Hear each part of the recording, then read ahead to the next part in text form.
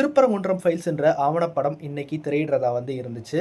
ஆனா, இன்னைக்கு அவங்க நெனச்ச மாரி சென்னையில அவங்களால திரையிட முடியல. ஏன்னா, இந்து முன்னணி மாரியான ஆர்எஸ்எஸ் அமைப்பினரின் அச்சுறுத்தலால தமிழக அரசு அந்த திரையிடல கேன்சல் செய்ய சொல்லியிருக்காங்க.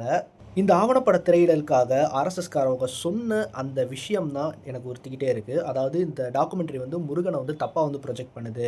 முருகனுக்கு எதிராவே தமிழ்நாடு அரசு செயல்படுமான்ற மாரி தமிழ்நாடு அரச அச்சுறுத்தியிருக்காங்க. சொல்லப்போனா இந்த டாக்குமெண்ட்ரி சீரிஸ்ல முருகன்னா யாரு? முருகன் எப்படி பார்ப்பனமயமானாரு? அதே மாரி மதுரை, திருப்பரங்குன்றம் மாரியான பகுதிகள்ல அந்த மக்களோட வாழ்வியல் என்ன? இந்துக்களுக்கும், முஸ்லிம்களுக்கும் உண்டான ஒற்றுமை என்ன? அவங்க எப்படியான உறவுல இருக்காங்க? அப்படின்ற எல்லாத்தையும் டீட்டெயிலா காமிச்சிருப்பாங்க. ஒரு தெளிவான ஹிஸ்டாரிக்கல் எக்ஸ்ப்ளனேஷனா இந்த டாக்குமெண்ட்ரி பதிவு செய்யப்பட்டிருக்கும். ஈவன் தோ நானும் மதுரை, திருப்பரங்குன்றத்தை சேர்ந்தவன் தான். என்னாலேயே நெறைய விஷயத்த இத பார்த்து தெரிஞ்சுக்க முடியுது. ஓ! நம்ம ஊர்ல இதெல்லாம் இருக்கா?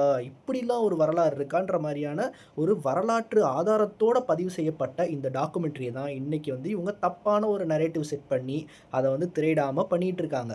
இந்த டாக்குமெண்ட்ரியில பல விஷயங்கள் ஹிஸ்டாரிக்கலா பட்டு பட்டுன்னு சொல்றதா இருக்கட்டும், அதே மாரி மதச்சார்பின்மைன்ற ஒரு விஷயத்த முக்கியமா கோட் பண்ணதா இருக்கட்டும், அது இந்துத்துவவாதிகளுக்கு பயங்கரமா எரியுது போல.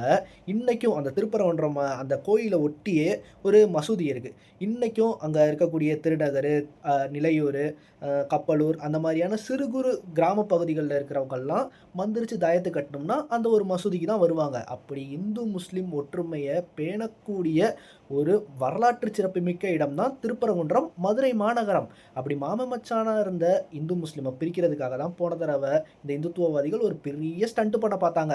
ஆனா, போன திமுக அரசு அந்த ஸ்டண்ட்ட பயங்கரமா இரும்பு கரம் கொண்டு தடுத்தாங்க. அதனால ஒரு மதக்கலவரம் தடுக்கப்பட்டுச்சு. ஆனா, இப்போ ஆட்சி மாற்றத்துக்கு அப்புறமும் 2வது முறையா அந்த திருப்பரங்குன்றம் ஃபைல்ஸ்ன்ற ஆவண திரைப்படம் திரையிடப்படாம தடுக்கப்பட்டிருக்கு. அது ஏன் தெர்ல. நம்ம கியூட் சிஎம் ஆர்எஸ்எஸ்ன்ற டாபிக் வந்தாலே மியூட் சிஎம்மா போயிடுறாரு. ஒருவேளை ஓனருக்கு அந்த அளவு பயப்படுறாரோ?